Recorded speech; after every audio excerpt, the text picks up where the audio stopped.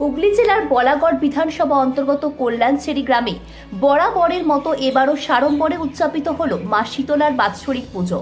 গ্রামীণ লোকসংস্কৃতি ও ধর্মীয় ঐতিহ্যের মেলবন্ধনে এই পুজোটি চলতি বছরের ৩০০ বছরে পদার্পণ করল।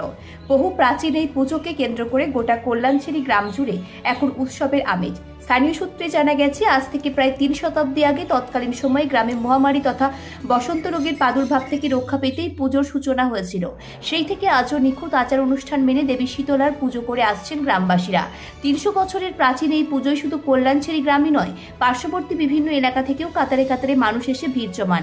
এই বিশেষ পুজো উপলক্ষে মন্দিরে দেবী মূর্তিকে নতুন রূপে সাজিয়ে তোলা হয়। প্রতি বছরের মতো এবারও সকাল থেকেই ভক্তদের দীর্ঘ লাইন চোখে পড়ে। রোগবাড়ি থেকে মুক্তি, পরিবারের কল্যাণ এবং বিশ্ব শান্তি কামনায় মায়ের চরণে অঞ্জলি দেন পুণ্যার্থীরা। পুজোর অন্যতম প্রধান বৈশিষ্ট্য হলো এর সর্বজনীনতা, যেখানে জাতপাত ভুলে সমস্ত স্তরের মানুষ একসঙ্গে সামিল হন। পূজা কমিটির এক প্রবীণ সদস্য জানান, ৩০০ বছর ধরে এই পুজো আমাদের গ্রামের পরিচয় ও গর্ব। যুগের পরিবর্তনের সাথে সাথে অনেক কিছুই বদলেছে, কিন্তু মায়ের প্রতি ভক্তি আর পুজোর নিয়মাবলী আজও একই রকম অটুট রয়েছে। দিনভর পূজা অর্চনা, আরতি এবং মায়ের বিশেষ ভোগ বিতরণের পাশাপাশি সন্ধে নামতেই মন্দির প্রাঙ্গণে ঢল নামে মানুষের। ঐতিহাসিক ও ধর্মীয় দিক থেকে অত্যন্ত গুরুত্বপূর্ণ এই পুজোকে ঘিরে বলাগড়ের কল্যাণছেড়ি গ্রামে যেন এক টুকরো মিলন মেলা গড়ে উঠেছে। অমিত কুমার মণ্ডলের রিপোর্ট, আমার বাংলা নিউজ।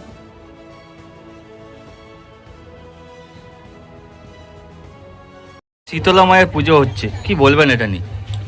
এটাই কল্যাণছেড়ি গ্রামে দীর্ঘ ৩০০ বৎসর ধরে এই শীতলা মাতা পুজোকে কেন্দ্র করে এখানে উৎসব, মেলা, এই সমস্ত অনুষ্ঠান হয়ে থাকে। এই উপলক্ষে এখানে এই উৎসব উপলক্ষে আমাদের এখানে মেলা এই সমস্ত বসে।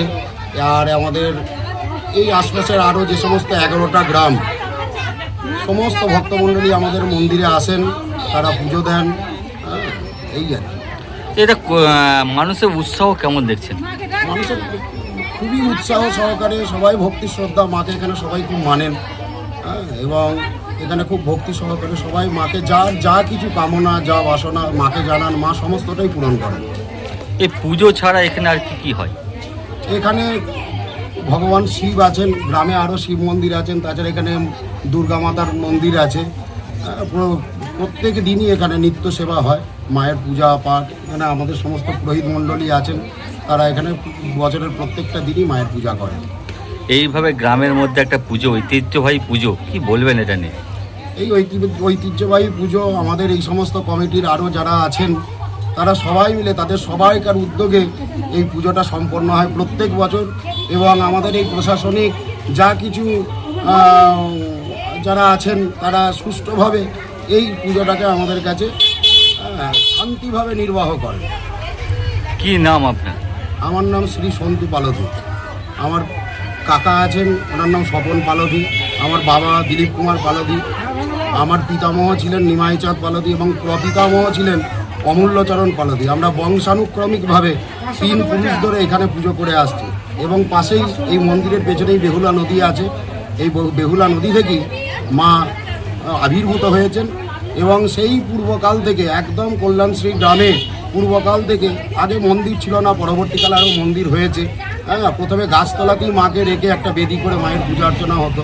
সমস্ত গ্রামবাসীর উদ্যোগে এবং গ্রামবাসীর তাদের মায়ের ওপর যা কিছু তাদের দেওয়া বা তার উপরে সব নির্ভর করে এই মন্দির পরে তারা তৈরি করেছে। তার সেইভাবেই পুজো হয়ে আসছে। এলেন, কি বলবেন? পুজো দিতে এলাম এই কারণে যে আমরা এই গত ৩০০ বছর পূর্বপুরুষের আমল থেকে শুনে আসছি, যেখানে মা আমাদের জাগ্রত মা।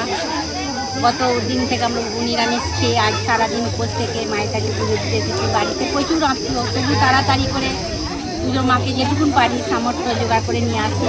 এই মা আমাদের খুব জাগ্রত। আমারই 34 বছর বিয়ে হয়েছে, তবু তার অনেক আগে থেকে আমরা এই মাকে চিনি। শাশুড়িদের আমলে, দিদা শাশুড়িদের আমলে সব গল্প শুনেছি। এই মা খুব জাগ্রত, এই মাকে আমরা মানি। এই মায়ের জন্য আমরা 1 বছর অপেক্ষা করে থাকি, যাতে কবে বৈশাখ মাস আসবে, সংক্রান্তিতে আমরা মাকে পুজো দিতে যাবো।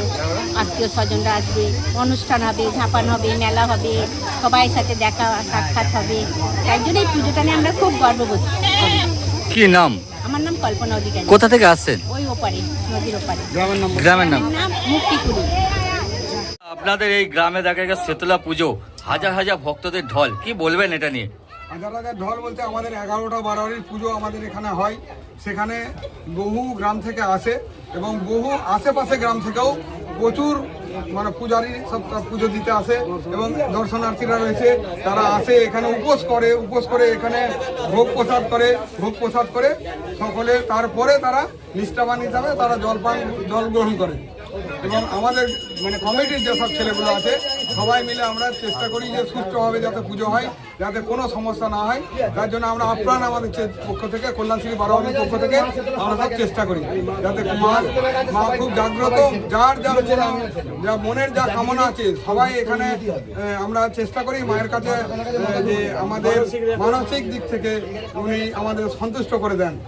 এই নিয়ে আমরা খুবই সন্তুষ্ট। এবং এই পুজো আমাদের মানে প্রায় আমাদের আনুমানিক 300 বছরের আগে থেকেই পুজো হয়, কিন্তু আমরা সেইখান থেকে যে প্রত্যেকটা বারোয়ারি সবাই এসে আমাদের এখানে মানে সহযোগিতা করে এবং আমাদের গ্রামের যত বারোয়ারি যেসব সদস্য আছে তারা সবাই আমাদের সহযোগিতা করে এই পুজো আমরা নির্মূল করে চলেছি।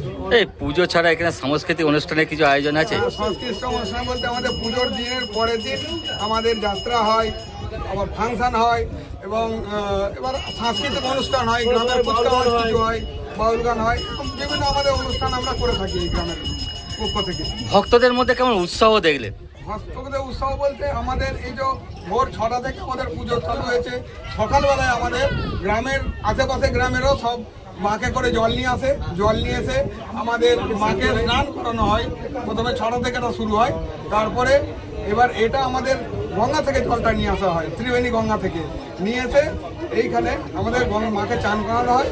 স্নান করানোর পর তারপরে আমাদের 9টা থেকে এখান থেকে পুজো চালু হয়। আমাদের প্রথম বারোয়ারি কল্যাণশ্রী বারোয়ারির পুজো দিয়ে শুরু হয়, তারপর কল্যাণশ্রী বারোয়ারির পুজো শেষ হওয়ার পরে আশেপাশে যত বারোয়ারির আছে প্রত্যেক বারোয়ারি এসে সবাই এখানে একের পর এক কেউ বাজনা নিয়ে আসে, কেউ মাইকটা এখন আমাদের বন্ধ করে দেওয়া হয়েছে যাতে খুব সমস্যা হয়, মেলারও অসুবিধা হয়। তার জন্য আমাদের বাজনা নিয়ে পুজো নিয়ে আসুক। আমরা মানে প্রত্যেকটা যত ভলেন্টিয়ার্স আছে প্রত্যেকে ভলেন্টিয়ার নিয়ে আমাদের সব সহযোগিতা করে তাকে সুষ্ঠুভাবে পূজা আলোচনা করা হয়। এবং এবছর 2026 সালে আমাদের বারোয়ারিতে পক্ষ থেকে একটা সিস্টেম করা হয়েছে যে 3টে পুরস্কারের ব্যবস্থা করেছি আমরা, যে পুরস্কারগুলো কিনা কেউ সুষ্ঠুভাবে পুজো নিয়ে আসছে, কেউ খুব ভালো বাজনা নিয়ে পুজো করতে আসছে এবং মই সাজিয়ে বা সুষ্ঠুভাবে সব নিয়ম শৃঙ্খলা মেনে পুজো নিয়ে আসে, তাদের জন্য সব একটা করে পুরস্কারের আমরা আয়োজন করেছি। এই 2026 সালে প্রথম এটা আমরা চালু করেছি। এতে আমরা দেখছি যে আমাদের গ্রামের যত মানে পুজো সব নিয়ে আসছে কেউ কোনো অসুবিধা করছে না, একদম সুন্দরভাবে নিষ্ঠাবানভাবে পুজো অর্চনা হচ্ছে আমাদের মায়ের। মা শীতলা মাকে নিয়ে আমরা খুব আনন্দে আছি। উনি মা আমাদের সারা মানে গ্রাম বলবো না, আমাদের সারা আশেপাশে যত গ্রাম আছে প্রত্যেকের আমাদের শীতলা মা আমাদের ভরসা। কি নাম আপনার? আমার নাম হচ্ছে সুদীপ্ত খামারু। এই বারোয়ারির সঙ্গে কি সম্পর্ক আছে? এই বারোয়ারিতে আমরা সদস্য, আমাদের কমিটির সদস্য, মানে আরও সব আছে, এই সব রয়েছে মৃদুল কর্মকার আছে, এসব আছে, আরও সব আছে, অনেকে বাইরের দিকেও আছে, এখনও কিছু সদস্যরা অনেক সব আছে এখানে। সেই জন্য আমরা সব প্রত্যেকেই সহযোগিতা করে আমরা পুজো যাতে কোনো অসুবিধা না হয়, সুষ্ঠুভাবে পুজো হয় সেই আলোচনা আমরা করে থাকি। Thank you. পুজো দিতে এলে শীতলা মায়ের কি বলবেন? কেমন লাগছে আপনার? কোথা থেকে আসছেন? এই পুজোটা কতদিন ধরে দিচ্ছেন? এই মায়ের সম্বন্ধে কি বলবেন?